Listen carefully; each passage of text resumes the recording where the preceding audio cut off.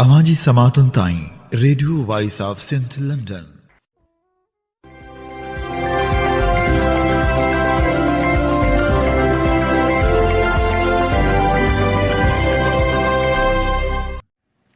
आमीं ॿुधी रहिया आहियो radio voice of Sindh London.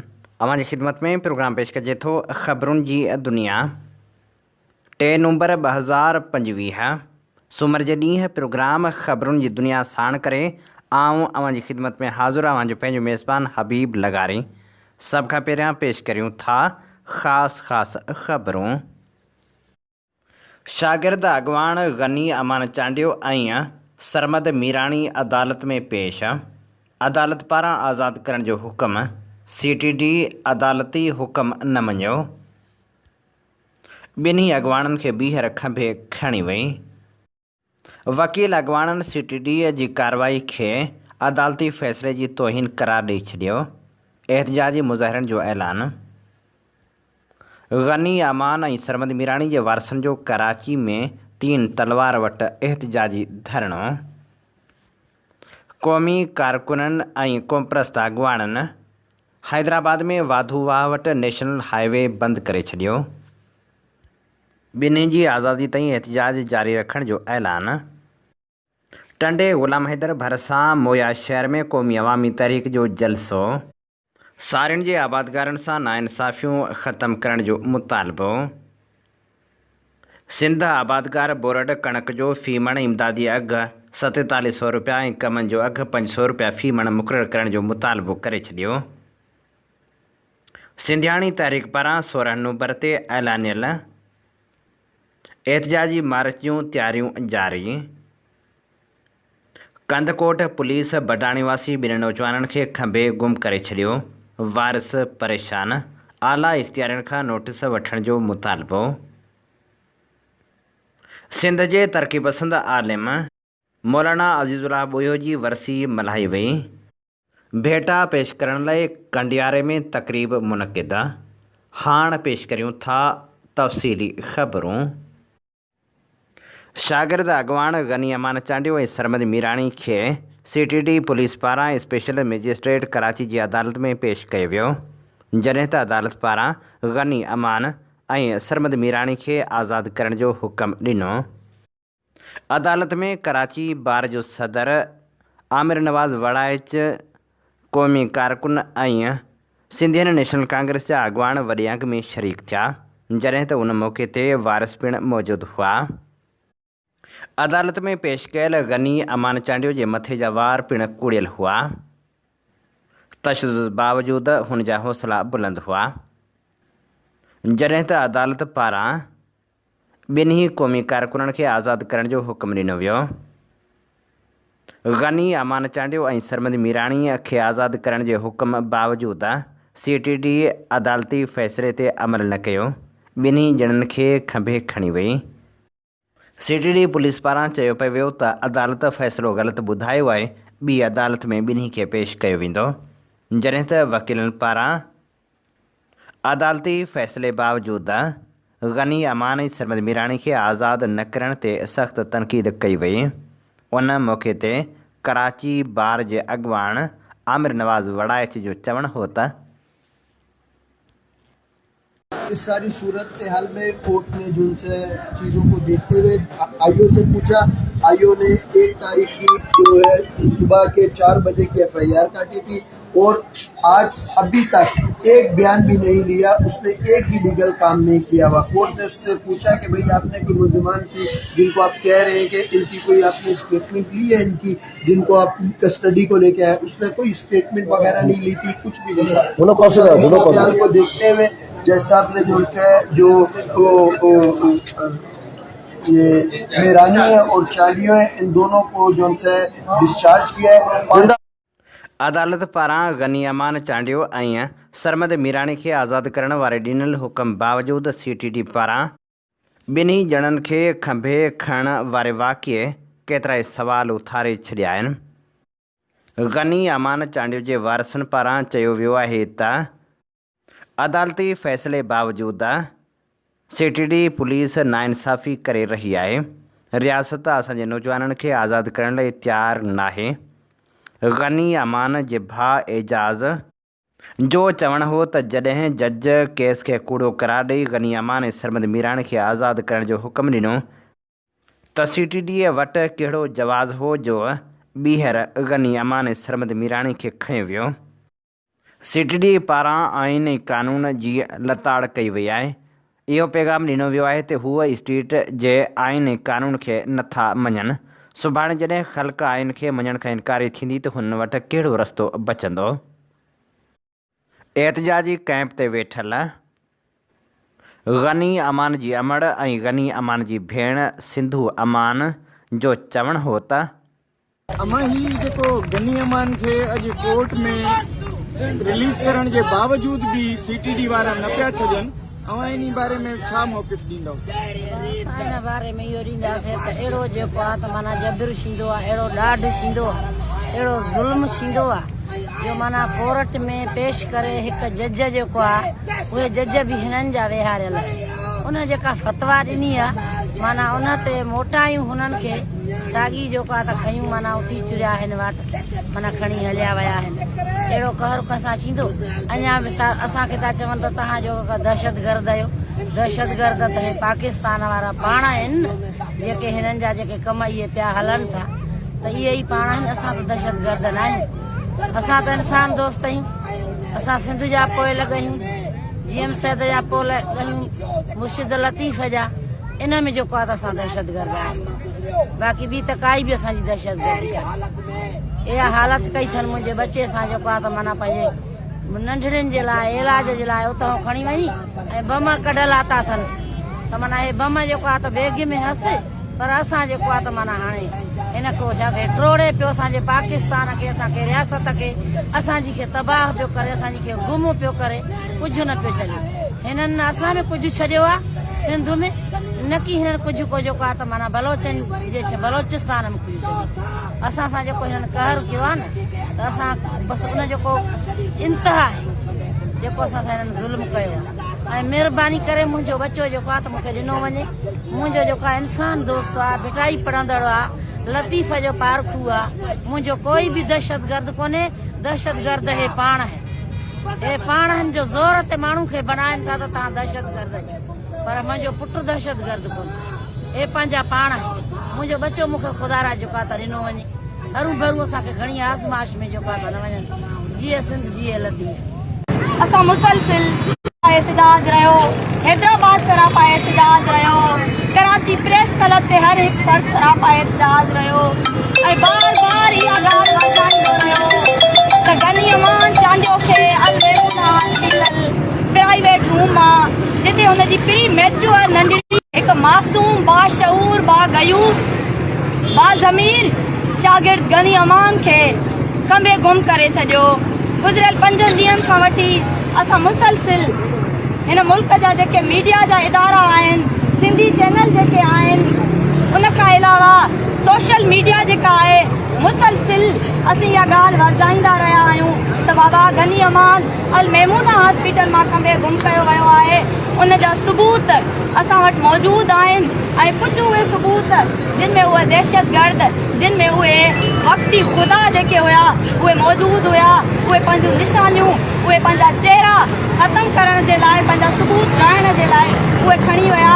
पर उन टाइम जेको मां सरापा एहतजाज रहियमि ऐं रोड रस्ते ते बार बार चवंदी रहियमि त हीउ धाड़ियल मुंहिंजे भाउ खे खणी गुम करे विया आहिनि, मुंहिंजो को अज़ालो थिए।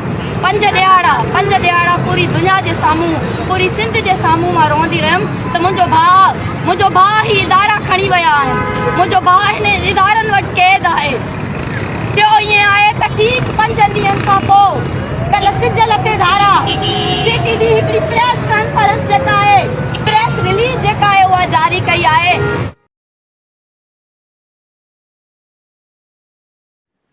सिंधियन नेशनल कांग्रेस ऐं GS सिंध तहरीक तरफ़ां स्पेशल मजिस्ट्रेट कराची जी अदालत तरफ़ां सिंधु अमान ऐं सरमद मीराणी खे आज़ादु करण वारे फ़ैसिले बावजूदि ॿिन्ही ॼणनि खे आज़ादु न करण ख़िलाफ़ सिंधियन नेशनल कांग्रेस जे अॻुवाणनि एडवोकेट महबूबाज़ाद सारंग चयो। GS सिंध तहरीक जे चेयरमैन सूर्या सिंधी जी अॻुवाणी में 3 तलवार वटि कराची में एहतजाजी धरणो हंयो वियो।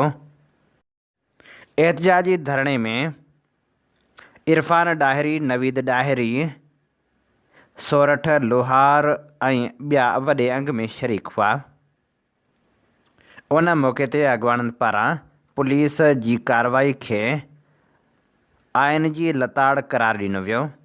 अॻवाननि जो चवणु हो त जेकॾहिं इहो सिलसिलो जारी रहियो त माण्हुनि जो अदालतुनि तां वेसाब खजी वेंदो।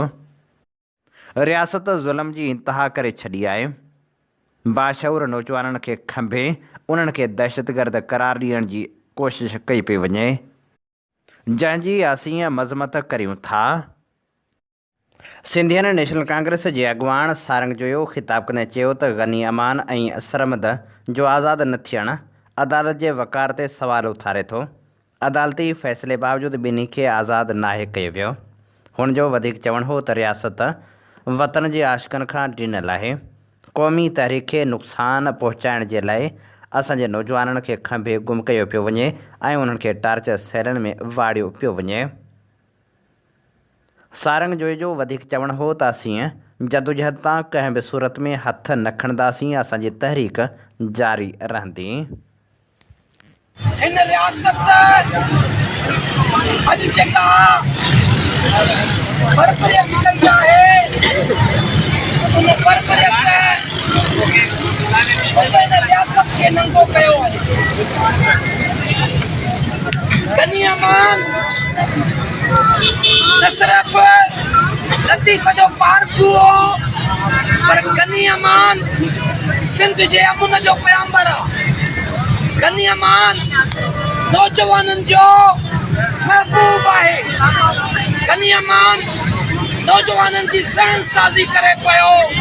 उन करे तव्हां हर उन माण्हूअ खां पुछंदा आहियो जेको नौजवान पंहिंजे वतन जो आशिक़ आहे ऐं जेको चवे थो त वतन माना इहो नारो तव्हांखे अख में कंडे वांगुरु पुके थो। भले पुके, असां इहो अलॻि ऐलान था चऊं त असां हज़ारनि सालनि खां तारीख़ी वतन आहियूं, हज़ारनि सालनि खां तारीख़ी क़ौम आहियूं। जे तारीख़ी वतन खे, जे तारीख़ी क़ौम खे अवां 40 जी करारदाद मूजिबि हिन फेडरेशन जो हिसो बणायो, पर तव्हां कॾहिं बि उन फेडरेशन ते अमल न कयो। तव्हां हमेशह उन फेडरेशन जी लताड़ करे तारीख़ी वतन खां, तारीख़ी क़ौम खां इनकार कयो ऐं असांखे कानूनी तौर ते ट्रीट करे असांजी ज़मीनुनि ते कब्ज़ा कया, असांजे फसीलनि ते कब्ज़ा कया, असांजी धरती ते कब्ज़ा कया, असांजे समुंड ते कब्ज़ा कया, असांजे तेल ते कब्ज़ा कया, असांजे गैस ते कब्ज़ा कया, असांजे कोयले ते कब्ज़ा कया। पर जॾहिं सिंध जे बाग़ैरत माण्हुनि रबर जे लाइब्रेरीअ में क़ौमी शऊर ऐं क़ौमी नज़रिए खे अलम बणाए जदोजहद जी शुरूआत कई त तव्हां उन क़ौमी तहरीक खे गुज़रण जे लाइ नौजवाननि खे खंभड़ गुम कयो। तव्हां उन्हनि नौजवाननि खे शहीद करणु शुरू कयो। पर सिंध जी तारीख़ शाहिद आहे त तव्हां केतिरा ई सिंध जे अंदरि सिंध जा क़ौमी कारकुन खंभे गुम कया आहिनि। तव्हां केतिरा ई सिंध जा क़ौमी कारकुन खंभे गुम करे आख़िर में उन्हनि जा चचरल लाश ॾिना। पर न इहा जदोजहद तॾहिं रुकी, न अॼु रुकी, न सुभाणे रुकंदी।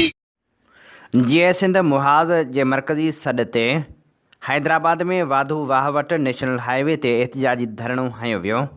जबरी गुमशुदगियुनि डॉक्टर महमीर तुनियो जे पुलिस हथां मारिजण ऐं गनी अमान सरमद मीराणी मथां कूड़ा केस दाख़िल करण ऐं ॿीहर खंभण ख़िलाफ़ जीअं सिंध मुहाज़ जे चेयरमैन रियाज़ अली चांडियो, जसकम जे सरबराह डॉक्टर नियाज़ कालाणी, जीअं सिंध क़ौमी पार्टीअ जे सरबराह नवाज़ खान ज़ोर, जीअं सिंध तहरीक जे अनवर बुर्दी ऐं प्रोफेसर आदम बुट जी अॻुवाणी में धरणो हंयो वियो। धरणो हणी पंजाब वेंदड़ शाहराह खे मुकमिल बंदि कयो वियो, जॾहिं त जीअं सिंध मुहाज़ जे deputy general secretary Punhal Jamali, जसकम अॻवान पुनल सारियो, अयाज़ सोलंगी, नज़ीर शेख, राहुल ऐं ॿिनि वॾे अंग में शिरकत कई। उन मौक़े ते अॻवान चयो हो त सिंध सरकार सिंध वासियुनि मथां ज़ुल्म जी इंतिहा करे छॾी आहे। क़ौमी कारकुननि खे खंभे गुम कयो पियो वञे ऐं उन्हनि मथां कूड़ा केस दाख़िल कया पिया वञनि जॾहिं त अदालतनि खां मथां क़तल थी रहिया आहिनि। डॉक्टर महमीर खे कराची में पुलिस क़तल कयो, अञा ताईं जवाबदार गिरफ़्तार नथा थियनि, जॾहिं त हुनजो वधीक चवणु हो त ज़ुल्म जी इंतिहा इहा आहे जो गनी अमान ऐं सरमद मीराणी खे अदालत आज़ादु करण जो हुकुम ॾिनो पर पुलिस खेसि खणी वई। अॻवाननि जो वधीक चवणु हो त सिंध सरकार ज़्यादतियुनि जी इंतिहा करे छॾी आहे, सिंध वासियुनि खे सघारी जदोजहद करणी पवंदी। उन मौक़े ते जीअं सिंध मुहाज जे सरबराह रियाज़ चांडीअ चयो त अंगारे जे ॾींहुं सभिनी क़ौमप्रस्त अॻवाननि जो गॾियल इजलास सॾाए लाहे अमल जो ऐलान कयो वेंदो ऐं एहतजाजी तहरीक खे सॼी सिंध ताईं वधायो वेंदो। उन मौक़े ते ख़िताब कंदे रियाज़ चांडीअ वधीक चयो त सिंध मां जबरी तो खंभण जो सिलसिलो ऐं जबरी गुमशुदगियुनि जो जेको लाक़ानून जो सिलसिलो आहे उहो सरकार बंदि करे। असां गॾियल नमूने सां सरकार खे चिताव ॾियूं था त पीपी सरकार जेका गुज़िरियल 18 सालनि में सिंध जे माण्हुनि जो वजूद दाव ते लॻायो आहे, आदमशुमारी, दरिया, समुंड, ज़मीनूं, मादनियात, कोयलो, तेल ऐं गैस ऐं असांजो ख़ज़ानो लुटे बर्बादी कई अथऊं। इस्लामाबाद ऐं ताक़तवर धुरनि सां ज़रदारी ऐं पीपलनि जो गॾियल जेको इतिहाद आहे उहा जमहूरियत न पर बर्बादी ऐं आमरियत आहे। कारो कानून आहे सिंध में, अदालतूं, पार्लियामेंट, हुकूमत, उहे सभु तमाशो आहिनि, इज़हार जी आज़ादीअ ते बंदिश आहे। सियासी कारकुन पुरअमन तौर ते रोडनि ते निकिरी एहतजाज कनि था त ज़ुल्म जो ख़ात्मो कयो, सिंध जा वसीला तरक़ी ऐं आज़ादी असांजे हवाले कयो।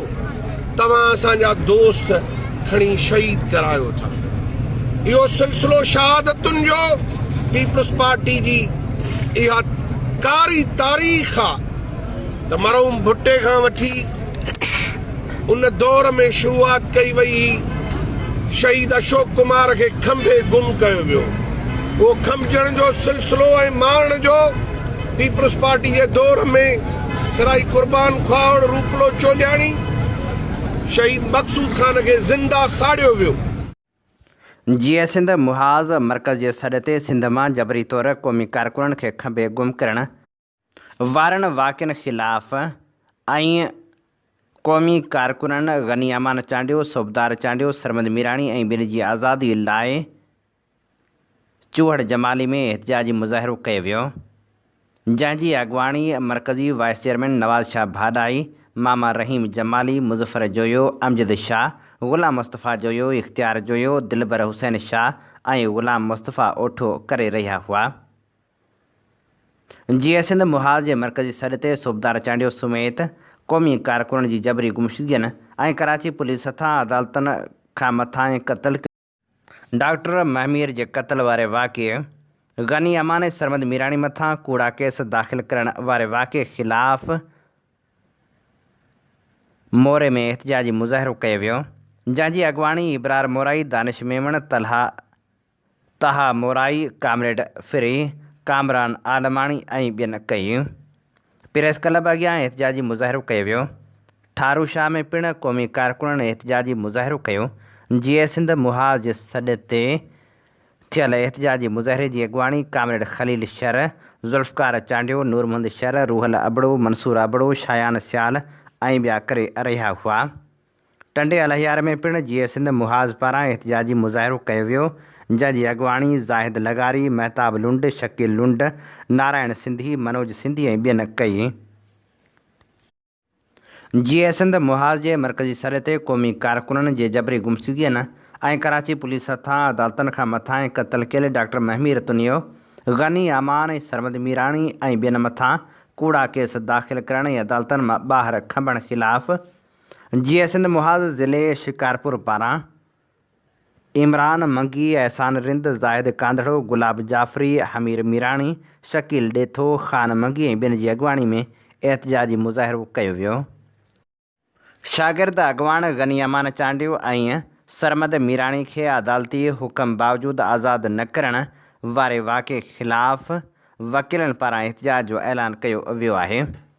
ठठो बार एसोसिएशन तरफ़ां गनी अमान ऐं सरमद मीराणी खे कोर्ट मां ॿीहर खंभण ख़िलाफ़ अदालती कार्रवाइनि जो बाइकाट कयो वियो आहे। अॼु अदालती कार्रवाई जो बाइकाट कयो वेंदो।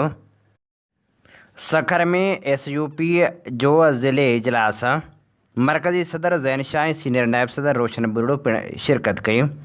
इजलास में तनज़ीमी सूरत हाल जो जाइज़ो वरितो वियो। मरकज़ी सदर सैद ज़ैन शाह पारां सखर ज़िले में तनज़ीम साज़ी खे अञा वधीक मज़बूत करण लाइ हिकमत अमली जोड़ण जी पिणु हिदायत कई वई।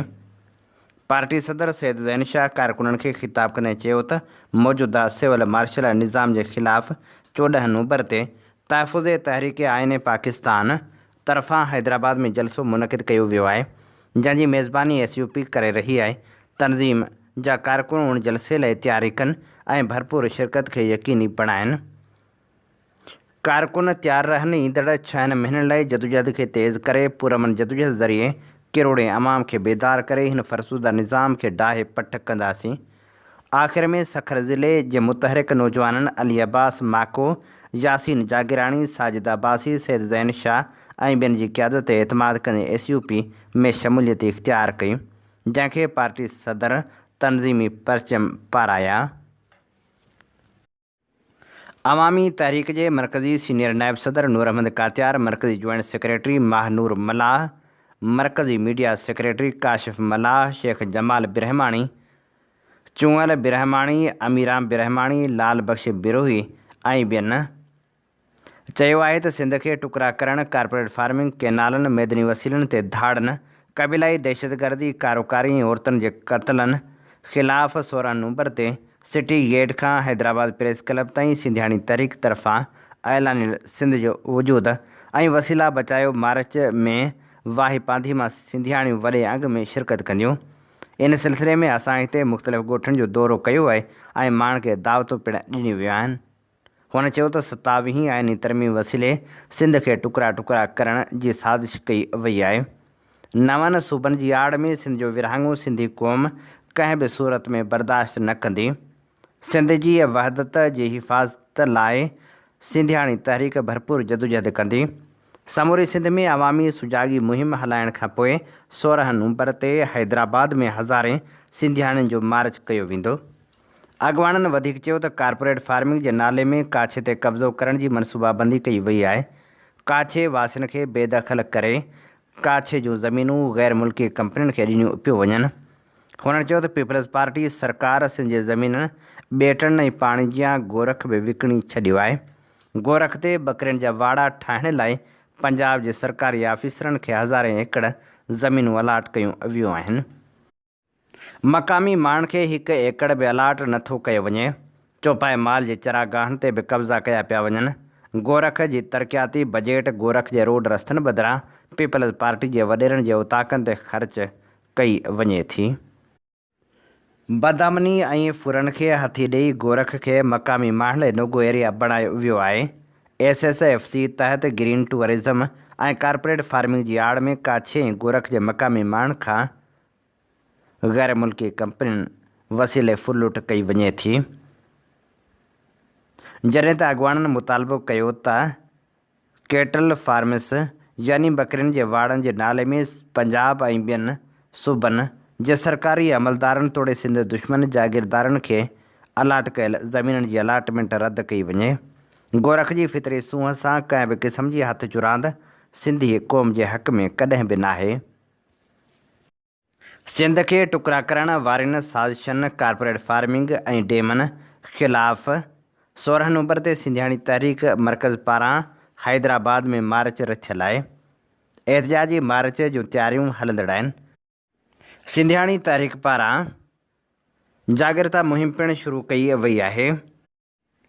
सिंधियाणी तहरीक जी मरकज़ी सदर उमरा समो आमना केड़ानो, ज़िले अॻुवाण ज़ोया सरवर, शुमैला जरवार, नूरबानो खोसो अज़मत कलोई कुलसूम रिंद पारी कोल्ही ऐं ॿियनि पारां ॻोठ पीरबश खोसो ॻोठ बहादुर कलोई ॻोठ करीम ॻोठ कामरेड अलहरी तो लगारी ऐं ॿियनि ॻोठनि जे दौरे खां पोइ अवामी नगर जुडो में कार्नर गरजाणी थी गुज़री। कार्नर गरजाणी खे ख़िताब कंदे सिंधियाणी तहरीक जे अॻवाननि चयो त सिंध जागीरदारनि भोतारनि ख़ाननि सरदारनि मीरनि पीरनि हवाले कई वई आहे, जिते पोहरियत औरतुनि सां ज़ुल्म थी रहियो आहे। सिंध आबादगार बोर्ड कणक जो फ़ी मण इमदादी अघु 4700 रुपया ऐं कमनि जो अघु 500 रुपया मण मुक़ररु करण जो मुतालबो करे छॾियो आहे, जॾहिं त ज़रई तहक़ीक़ न थियण जे करे बसर जे फसल जी तबाही थी आहे। सिंध आबादगार बोर्ड जो इजलास हैदराबाद में सदर महमूद नवाज़ शाह जी सदारत हेठि थियो, जंहिंमें डॉक्टर बशीर निज़ामाणी, इमरान बोज़दार, मोहम्मद असलम मरी, ताहा मेमण, यार मोहम्मद लगारी, अरबाब एहसन, अब्दुल हफ़ीज़ निज़ामाणी, अब्दुल्लाह निज़ामाणी, मुराद अली शाह बुकेराई, अब्दुल जलील निज़ामाणी ऐं ॿियनि शिरकत कई। इजलास में आबादगारनि ज़राए सां लाॻापियल अहम मामले जी निशानदेही कई ऐं चयो त ज़रई तहक़ीक़ ऐं तरक़ी जो कमु इंतिहाई घटि थी रहियो आहे, जंहिंजे करे नयूं ऐं बहितर टेक्नोलॉजीज़ मुतारिफ़ न थी रहियूं आहिनि। मसइला वधी रहिया आहिनि। ज़रई तहक़ीक़ न थियण सबबि बसर जे फसल जो तबाह थियण पिणु उन जो हिकु चिटो मिसाल आहे। इजलास में ॿुधायो वियो त अक्टूबर ऐं नवंबर में पैदा थियल बसर पूरे साल दौरान मक़ामी घुर्ज पूरी करण खां अलावा बरामद पिणु थींदो रहियो आहे। गुज़िरियल 3 सालनि खां अक्टूबर ऐं नवंबर में बसर जो फसल बीठल हालत में सड़ंदो रहियो ऐं उन मसइले जे हल लाइ न तहक़ीक़ कई वई, न ई उनखे बचाइण लाइ के ॿिया असराइता उपाउ वरिता विया, जिते आबादगारनि बसर पोखणी छॾे ॾिनो। उन जे नतीजे में हाणे पाकिस्तान खे बसर बरामद करण बदिरां बहितर दरामद करणो पवे थो। सिंध आबादगार बोर्ड चयो आहे त ज़राइत में लगातार तहक़ीक़ ऐं तरक़ी करणु लाज़मी आहे, छाकाणि त घटि पैदावार, फसल लहण खां अॻु ऐं पोइ वारा नुक़सान ऐं मौसमियाती तब्दीली जे चैलेंजनि खे मुंहुं ॾियण लाइ छा करणु घुरिजे। इजलास में सिंध आबादगार बोर्ड मुतालबो कयो त कणक जो फ़ी मण इमदादी अघु 4700 रुपया ऐं कम जो फ़ी मण अघु 500 रुपया मुक़ररु कयो वञे। अॻवाननि जो वधीक चवणु हो त हुकूमत खे इमदादी अघु मुक़ररु करणु घुरिजे। सिंध आबादगार बोर्ड निंढनि आबादगारनि खे कणक पोखण लाइ DAP ऐं यूरिया भाण ॾियण बाबति सिंध हुकूमत जे अमल जी साराह पिणु कई ऐं चयो त हिन प्रोग्राम जी कामयाबी जो दारोमदार आबादगारनि जे उन सां लाॻापियल ॿियनि मामलनि ते आसान करण में आहे। हैदराबाद यूनियन ऑफ जर्नलिस्ट ऐं ज़ाहिद समो जे ख़ानदान पारां 1978 में साफ़ जी आज़ादी लाइ ज़ियाई आमरियत में जेलनि ऐं कोड़नि जूं सख़्तियूं बर्दाश्त कंदड़ सहाफ़ी ज़ाहिद समो जी 13हीं वरसी मल्हाई वई। उन मौक़े ते Pakistan Federal Union of Journalist जे मरकज़ी सीनियर नायब सदर ऐं हैदराबाद प्रेस क्लब जे सदर ख़ालिद खोखर चयो त ज़ाहिद समो आमरियत जो इनकार कंदड़ माण्हू हो। अहिड़ा माण्हू तारीख़ में हमेशह ज़िंदा रहना आहिनि। हुननि चयो त ज़िया जी मार्शला जो ज़ालिम दौरु हो, जंहिंमें साफ़ जी आज़ादी ते पाबंदियूं मढ़ियूं वियूं हुयूं। उन दौर में सहाफ़ियुनि ज़िया जी मार्शला ख़िलाफ़ वॾी सगारी तहरीक हलाई हुई। हुन चयो त ज़िया जे दौर में हैदराबाद मां 2 सहाफ़ियुनि ज़ाहिद समी ऐं गनी दरस गिरफ़्तारियूं ॾिनियूं हुयूं। हुन चयो त अॼु जो दौरु डिजिटल मीडिया जो दौरु आहे, उन करे इस्टेब्लिशमेंट जी वारदात जा तरीक़ा बि तब्दील थी विया आहिनि। उन करे हाणे असांखे बि जदोजहद जा तौर तरीक़ा तब्दील करणा पवंदा। पीका एक्ट तहत सहाफ़ियुनि ते केस दाख़िल कया पिया वञनि। अहिड़नि ज़ालिमाननि क़दमनि ऐं क़ानूननि ख़िलाफ़ जदोजहद करणी पवंदी।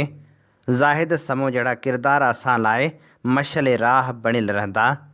PFUG जे मेंबर इक़बाल मलाह चयो त ज़िया जे कहरी मार्शला जे दौर में सच ॻाल्हाइण ते बंदिश हुई। उन दौर में PFUG मिनहाज बरना ऐं उनजी तनज़ीम जे साथियुनि साफ़ जी आज़ादी लाइ सहाफ़ती तहरीक हलाई, जंहिं ज़िया जी मार्शला खे ललकारियो। उन दौर में टंडे महमूद ख़ान मां सहाफ़ी ज़ाहिद समो गिरफ़्तारी पेश कई ऐं जेलनि जूं अज़ियतूं बर्दाश्त कयूं। ज़ाहिद समूह सिंध जे साफ़ तारीख़ जो फ़ख्रु आहे। गाज़ी सलाउद्दीन चयो त ज़ाहिद समूह आहे। गाज़ी सलाउद्दीन चयो त ज़ाहिद समूह आहे हैदराबाद में साफ़त कई हुई। साफ़ती तहरीक बि हैदराबाद मां शुरू थी हुई, जंहिंमें असां गिरफ़्तारियूं ॾिनियूं हुयूं। हुन चयो त ज़िया जे मार्शला दौर में सिंध सूफ़ी तहरीक मां वधी मज़ाहमती तहरीक में तब्दील थी। मार्शला में ज़ाहिद सां गॾु जेल भोॻींदड़ सीनियर सहाफ़ी इरशाद चन्ना चयो त ज़िया जे दौर में साफ़ती आज़ादी वारी तहरीक में मूं समेत केतिरनि ई दोस्तनि गिरफ़्तारियूं पेश कयूं। असां जेलनि में गॾु रहियासीं। हुन चयो त ज़ाहिद समूह तमामु वॾो किरदारु हो, उन खे यादि करणु असांजो फ़र्ज़ु आहे।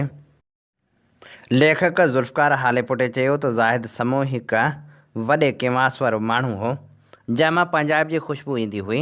ज़ाहिद सहाफ़त जी दुनिया जो वॾो माण्हू हो, जंहिं ते हिकु किताबु सहिणु घुरिजे।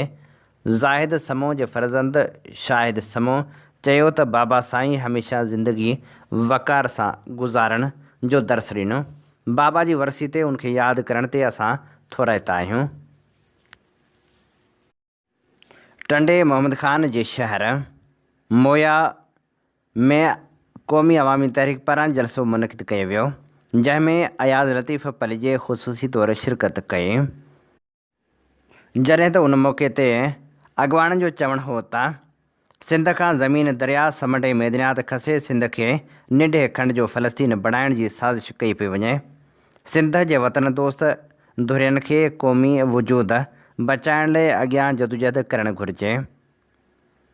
सिंध मां केतिरनि गुम कयल ऐं कूड़नि केसनि में वाड़ियल समूरनि सियासी क़ैदियुनि खे आज़ादु कयो वञे। उन्हनि मौज़ूअनि ते ॻाल्हाइणु चाहियां थो जिन मौज़ूअनि ते सियासी अॻुवान लीडर वॾियूं शख़्सियतूं कोन थियूं ॻाल्हाइनि। उहे चवनि थियूं असांजे मथे जी भरी कान्हे इहा। आउं सिंध जे माण्हुनि खे हुकुमराननि खे ॿुधाइणु चाहियां थो त तव्हां सिंध जी ज़राअत खे तबाह पिया कयो ऐं सिंध जी ज़राअत तव्हीं ॼाणी वाणी तबाह पिया कयो। जीअं सिंधी पिननि, जीअं सिंधी किश्तो खणी अव्हां जे साम्हूं लीलाइनि, रांभाड़ कनि, पोयां माण्हुनि खे माफ़ करायो। सिंध जे माण्हुनि खे पिनाइण जे लाइ, सिंध जे माण्हुनि खे किश्तो खणी दर दर ख़ाक बसर करण लाइ हू चाहिनि था त सिंध जे फसलनि जा अघ किराए वञनि। हींअर जेको भाण आहे DAP उहो 13,500 खां 14, 15, 16,000 ताईं महांगो थियो आहे। जेको टेवी आहे फास्फेट उहो 9,500 खां 10, 11,000 ताईं वञे थो। यूरिया 4.5 खां 5, 6,000 ताईं वञे थो। ऐं सारियुनि जो अघु घणो आहे? 2100, 2200, 2,000। उन मां 5 किलो, 8 किलो, 10 किलो घिम जी कटोती। सारियुनि जो अघु हुअणु खपंदो 4,000, 4,500। कणिक जॾहिं लथी हुई तॾहिं अघु कयूंसि 1,800, 2,000। आबादगारनि जी चेल बनी कढियूं। हाणे अची 3.5, 4 कंदा तॾहिं कणिक त उन्हनि विकिणी कढी आबादगारनि। कमांद जो अघु 300, 350, 400। कमांद जो घटि में घटि अघु 600, 700 रुपया हुअणु खपंदो। उहो कमांद जो अघु केरायूं। भला सभु शयूं कुदरती आहिनि छा त कणिक बि किरियो वञे? भला हिकिड़ी शइ किरंदी आहे, ठीकु आहे बाबा, हिकिड़ो बाबा आलमी तब्दीलियूं आहिनि, फलाणो आहे हिकिड़ी शइ। माना हर शइ चढ़ंदी बि सिंध लाइ, पेट्रोल चढ़ंदो सिंध लाइ, गैस चढ़ंदी सिंध लाइ, गैस बंदि थींदी सिंध लाइ, ऐं अघु किरंदा सभु। जेके आबादगारनि जे फ़ाइदे जी शइ आहे उनजो अघु किरंदो, ऐं जेको उन्हनि जे ख़िलाफ़ु शइ आहे उनजो अघु चढ़ंदो। DAP जो अघु चढ़ंदो, यूरिया जो चढ़ंदो, टेवी भाण जो चढ़ंदो। दवाऊं जेके पेस्टिसाइड्स 500, 600 में डीलर खे मिलनि थियूं, उहे दवाऊं 2,000, 2,500, 3,000, 4,000 में आबादगार ऐं हारीअ खे मिलनि थियूं। शइ जेका इस्तेमाल में आहे उनजो अघु वधीक, ऐं जेका हारी पाण उपाए थो ऐं आबादगार पाण उपाए थो उनजी क़ीमत काठियुनि जी भरीअ खां बि कमांद सस्तो। फुटियूं 4.5, 5, 6,000। फुटियुनि जो अघु हुअणु खपंदो 9.5, 10,000। फुटियुनि जो अघु केराए छॾियूं। मिर्चनि जो अघु केराए छॾियूं। इहो सभु कुदरती कोन्हे, इहो ॼाणी वाणी सिंध जे हुकुमराननि कयो आहे। इहा ॻाल्हि सम्झो सिंध वासियो, अयाज़ लतीफ़ पली जी इहा ॻाल्हि सम्झो। इहो इतफ़ाक़ कोन्हे त सिंध जी ज़मीनुनि लाइ पुछड़ीअ में पाणी कोन्हे। हिननि वटि 300 खां वधीक इरिगेशन वटि रुगो कोटड़ी में मशीनूं आहिनि, उहे खाटीअ लाइ छो कोन थियूं हलनि? खाटी थींदी त ट्रेल में पुछड़ी में पाणी ईंदो न। ही नथा चाहिनि पुछड़ी में पाणी अचे, ही नथा चाहिनि त टंडो मोहम्मद ख़ान, बदीन, सजावल, ठटे जे माण्हुनि खे पाणी मिले, छो नथा चाहिनि? ही नथा चाहिनि त कश्मीर ऐं कंदकोट, शिकारपुर ऐं घोटकी ऐं जैकबाबाद में अमन हुजे, छो नथा चाहिनि? इन करे त जेकॾहिं अमन हूंदो कश्मीर में, घोटकी में, जैकबाबाद में, कंदकोट में, सखर में, खैरपुर में, कंबर शहदाद कोट में, त पोइ उहे माण्हू सुखिया थींदा। अज़ीज़ुल्लाह बोयो जी वरसी के मौके ते कंडियारे में तकरीब मुनक़िद कई वई, जंहिंमें सियासी समाजी अॻवाननि शिरकत कई। वरसी जे मेड़ाके में वीचार वंडींदे सिंध सागर पार्टी के मरकज़ी सदर मंसूर जखड़, मरकज़ी डिप्टी सेक्रेटरी सारंग महर, मरकज़ी जॉइंट सेक्रेटरी अब्दुल जब्बार मंगरे, मरकज़ी finance secretary Masroor Abro, Sindh Sagar lawyers forum के कन्वीनर एडवोकेट वज़ीर अहमद उजण, नाम्यारे लेखक प्रोफेसर अब्दुल सत्तार अबड़े, सिंधी अदबी संगत कंडियारो के सेक्रेटरी गफ़ार अब्बासी पोहरेता, मज़ाहिमत तहरीक के अॻवान Sarmad Azad, Sindhian National Congress के अॻवान डॉक्टर जमील शाल, सान्याह वंदन मोहम्मद रमज़ान मंगणे जे, सिकंदर खोसे, दिलनवाज़ मंगरे, अब्दुल जब्बार बुरड़े बिन ॻाल्हाईंदे चयो त साईं अज़ीज़ुल्लाह बोयो सिंध जो खाहोड़ी क़ौमी अॻवान ऐं रोशन ख़्याल आलिम हो, जंहिं अध सदी जे सियासी सफ़र में सादगी, वतन दोस्ती, फ़िक्री रवादारी ऐं अणथक जदोजहद जा नवां मिसाल क़ाइमु कया। बोये साहिब पंहिंजी सियासत जी शुरूआति 60 वारे ॾहाके में हिकु मज़हबी जमायत खां कई। उन दौरान सिंध जी ज़मीन ते धारियुनि जी वालार ख़िलाफ़ तक़रीर करण जे ॾोह में संदसि कोर्ट मार्शल पिणु थियो। खेसि 9 महीना सख़्त पोरे सां सज़ा मिली। साईं अज़ीज़ुल्लाह क़ौमी सियासत में सादी ऐं ईमानदार अॻवान तौरु सुञातो वेंदो हो। समूरियुनि पार्टियुनि जा कारकुन खेसि एतिराम जी नज़र सां ॾिसंदा हुआ। हूअ प्रोटोकॉल खां पाक सियासत कंदड़ यगानो क़ौमी अॻवान हो, जेको बस जी छित ते सफ़र करण में बि ऐब न सम्झंदो हो। साईं बोये साहिब सिंध में मज़हबी जनूनियत ख़िलाफ़ सघारो आवाज़ उथारियो। हुन क़ुरानी तालीमात ते ॿधल 50 जे लॻभॻि किताब लिखी मज़हबी रवादारी ऐं रोशन ख़्याल फ़िक्र जी सोच ॾिनी। सिंध बोये साहिब जी अणथक सियासी ऐं कलमी जदोजहद खे विसारे नथी सघे, पाण हर दौर जो सूंहों ऐं सरवाण बणियल रहंदो। सिंध जी सियासी सूरत हाल ते ॻाल्हाईंदे अॻवान चयो त सिंध हिन मुल्क जे अंदरि तारीख़ी वतनी हैसियत खां महरूम ग़ुलामनि जी कॉलोनी बणियल आहे। सिंधी क़ौम जी सियासी मुआशी फुलुट सबबि सिंध जा किरोड़े माण्हू ॿिनि वेलण जी मानी लाइ मुहताज आहिनि। हाणोकी सूरत हाल में सिंध खां ज़मीन दरियाए मदनियात पूरे सिंध खे आलमी तज़ादनि जी तजर्बे गाह ऐं निंढे खंड जो फ़लस्तीन बणाइण जी साज़िश कई पई वञे, जंहिं सिलसिले में हिकु तरफ़ सिंध में धारियुनि ऐं मज़हबी इंतिहा पसंदनि खे मुनज़म कयो पियो वञे त ॿिए तरफ़ सिंध जे वतन ऐं वसीलनि जी मालिकी लाइ जदोजहद कंदड़ सियासी कारकुननि खे जबरी तौरु खंभे गुम कयो पियो वञे। सिंध जे वतन दोस्त धुरियुनि खे क़ौमी वजूद बचाइण लाइ गॾिजी जदोजहद करणु घुरिजे। अॻवाननि घुर कई त गनी अमान चांडी ऐं सरमद मीराणी सूधो सिंध मां जबरी तौरु खंभे गुम कयल ऐं कूड़नि केसनि में वाड़ियल समूरनि सियासी कारकुननि खे तुरत आज़ादु करे इंसानी हक़नि जी लताड़ जो सिलसिलो बंदि कयो वञे। सिंध यूनाइटेड पार्टी ज़िले घोटकी तरफ़ां ज़िले जो वर्कर इजलास ॾहरकी में थी गुज़रियो, जंहिंमें ज़िले सदर हातन शर, ज़िले जनरल सेक्रेटरी अकरम मितलो, मोहम्मद उमर भयो ऐं ॿिया अॻवान वॾे अंग में शरीक थिया।